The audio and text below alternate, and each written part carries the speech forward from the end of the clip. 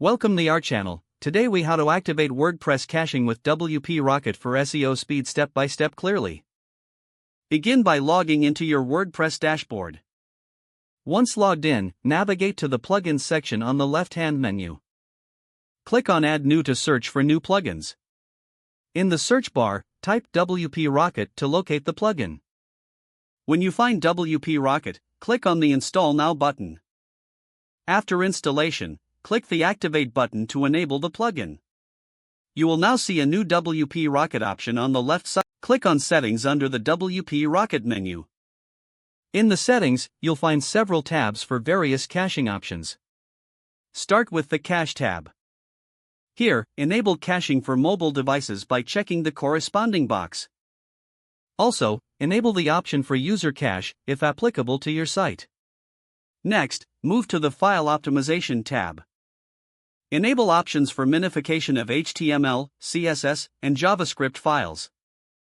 You can also combine files to reduce the number of HTTP requests.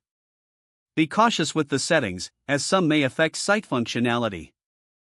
After adjusting these settings, move to the Media tab.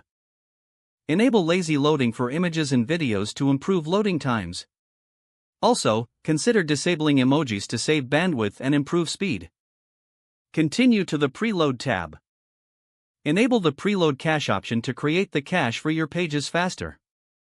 Next, check the Advanced Rules tab. Here, you can exclude specific URLs or cookies from caching if needed.